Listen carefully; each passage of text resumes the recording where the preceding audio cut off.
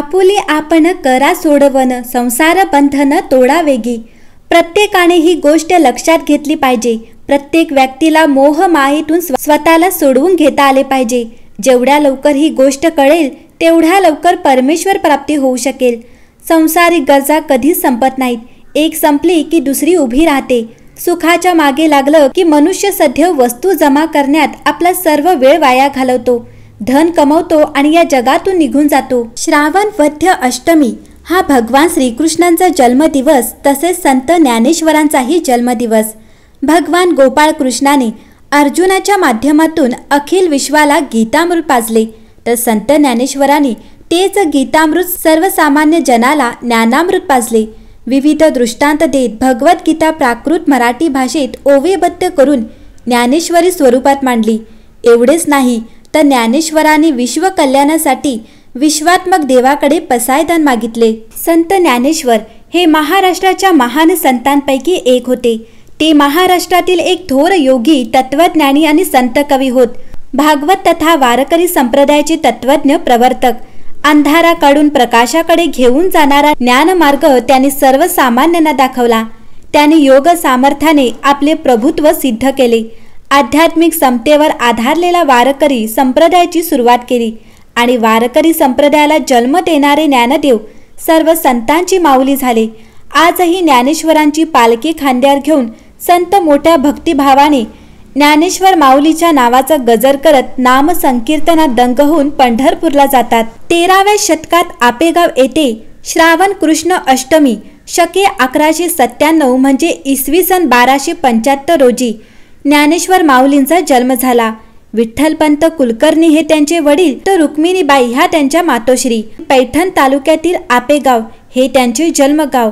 पैठण जवळ गोदावरी नदीच्या काठावर वसलेले आहे. ज्ञानेश्वरांनी पसायदान लिहिले, जे लोकांच्या सामान्य आरोग्यासाठी प्रार्थना आहे. ज्ञानेश्वरीच्या शेवटी पसायदानाचा समावेश आहे. भागवत धर्म हा सर्वांसाठी समान आहे असे सांगितले आहे. सर्व एकाच ईश्वराची लेकरे आहेत. वारकरी संप्रदायाचा जो आचार धर्म आहे तो कोणीही आचरणात आणून ईश्वर प्राप्ती करू शकतो. अशा साध्या सोप्या शब्दात त्यांनी रंजल्या गांजल्या लोकांना भक्तीचा मार्ग दाखवला. संत ज्ञानदेवांची भाषा इतकी मधाळ आहे की त्या शब्दांची गोडी एकदा चाकली की कायमच अंतकरणात भिनत जाते. त्यांच्या मुखातून निघालेले शब्द सुगंधित होतात. त्या शब्दांचा नाद मनात रुंजी घालतो. त्यांचा शब्दांचा स्पर्श जेव्हा कानाला होतो तेव्हा मन आपोआप शांत होते. ज्ञानदेवांच्या शब्दांचे सौंदर्य रूप रंग गंध घेऊनच जन्माला येते. त्यांचे अभंगातीलच नव्हे तर ज्ञानेश्वरी, अमृतानुभव, चांगदेव 65 या सर्व ग्रंथातील शब्दांना मधुरता लाभली आहे. पसायदानातही माऊली विश्वात्मक देवाला आर्जव करते. माझ्याकडून जो वाक यज्ञ करवून घेतलास त्यात सारे काही सांगून झाले आहे आणि आता मागावेची वेळ आली आहे. हे मागणे माझ्या एकट्यासाठी नसून अखिल विश्वासाठी आहे. ते तू पूर्ण कर. तोषावे म्हणजे तृप्त हो आणि तृप्त होऊन मी जे सर्वांसाठी मागतोय ते पसाय म्हणजे प्रसाद रूपी दान आमच्या पदरात घाल. मंडळी, माऊलींच्या शब्दात एवढी ताकद होती की त्यांनी जे खळांची व्यंकटे सांडोऐवजी जे खळांची पिढी नष्ट हो असे म्हटले असते तरी देवाने ऐकले असते, एवढा त्यांचा अधिकार होता. पण माऊलींचा लोकांच्या चांगुलपणावर विश्वास आहे. ते म्हणतात, वाईट वृत्ती कमी अधिक प्रमाणात सगळ्यांमध्ये असते, म्हणून व्यक्ती वाईट ठरत नाही. म्हणून जी व्यंकटी अर्थात दुष्ट वृत्ती आहे ती नष्ट होऊ दे, म्हणजे रामराज्य अवतरेल. एकदा का वाईट वृत्ती नष्ट झाली तर उरतील फक्त चांगले लोक, जे समष्टीचा विचार करतील. त्यांच्या ठाई भूतदया असेल, परस्पर प्रेम असेल, सद्भावना असेल. हे केवळ चांगल्या कार्यासाठीच प्रवृत्त होतील.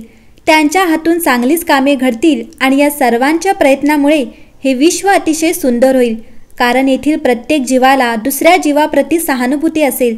अशा लोकांना जो जे वांचील तो ते लाहो, म्हणजेच जे जे मागतील ते त्यांना दे. कारण त्यात दुसऱ्याबद्दल द्वेष भावना नसेल तर प्रत्येकजण स्वतःबरोबर इतरांच्या उत्कर्षाचा विचार करेल. अशी स्थिती निर्माण झाल्यावर इथले वृक्ष कल्पतरू होतील आणि इथली रत्ने चिंतामणी होऊन इच्छापूर्ती होतील.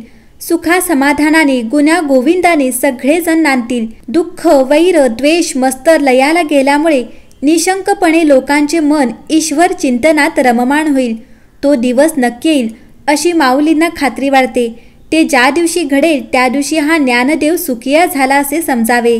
ज्ञानेश्वर माऊली म्हणतात, माझा जन्म कोठे व्हावा, कोणत्या जाती धर्मात व्हावा, आई वडील कसे असावेत हे माझ्या हाती नव्हते. त्यामुळे त्याबद्दल तक्रार करत बसण्याऐवजी मी निसर्गाने मला दिलेल्या क्षमतांचा सकारात्मक वापर करून माझे जीवन नक्कीच सुखी करू शकतो. मी स्त्री व्हावे की पुरुष, काळा की गोरा, माझ्या शरीराची ठेवण, सर्व अवयव ठीकठाक असणे हे देखील माझ्या हाती नव्हते. मात्र जे काही मिळाले त्याची निगा राखणे, योग्य ती काळजी घेणे हे माझ्या हाती आहे.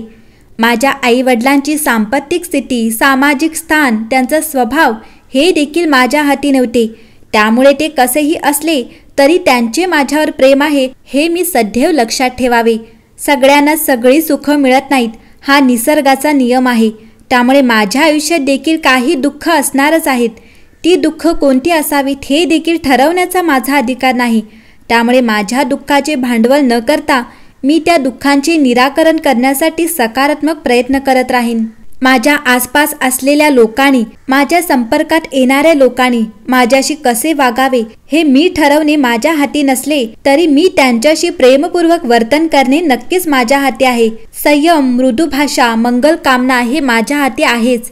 माझ्या आयुष्यात घडणाऱ्या घटना, परिस्थिती यावर माझे अनेकदा नियंत्रण नसते. मात्र त्यावेळी सकारात्मक विचार आणि योग्य वर्तन नक्कीच माझ्या हाती आहे. हे विश्व मी निर्माण केलेले नाही किंवा हे विश्व कसे असले पाहिजे या माझ्या मताला देखील काही किंमत नाही.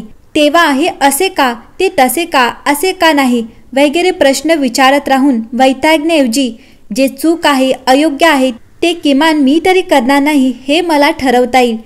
कधीतरी मला कोणत्या तरी प्रकारचे दुःख मिळणारच आहे याची जाणीव ठेवून मी माझ्या आसपासच्या दुःखी माणसांची जमेल तशी मदत केली पाहिजे. आज जशी यश, सुख, समृद्धी माझ्या पायाशी लोळण घेत असली तरी उद्या अथवा केव्हाही हे सर्व नष्ट होऊ शकते. याची सतत जाणीव ठेवून मी अहंकाराला दूर ठेवले पाहिजे. मला जे मिळू शकले नाही त्याबद्दल दुःख करत राहण्याऐवजी जे काही मिळाले आहे त्याबाबत मी आभारी असले पाहिजे. जग अधिक चांगले आहे. सुंदर करण्यासाठी हातभार लावण्याची संधी मला जेव्हा जेव्हा मिळेल तेव्हा ती संधी मी गमावता कामा नये.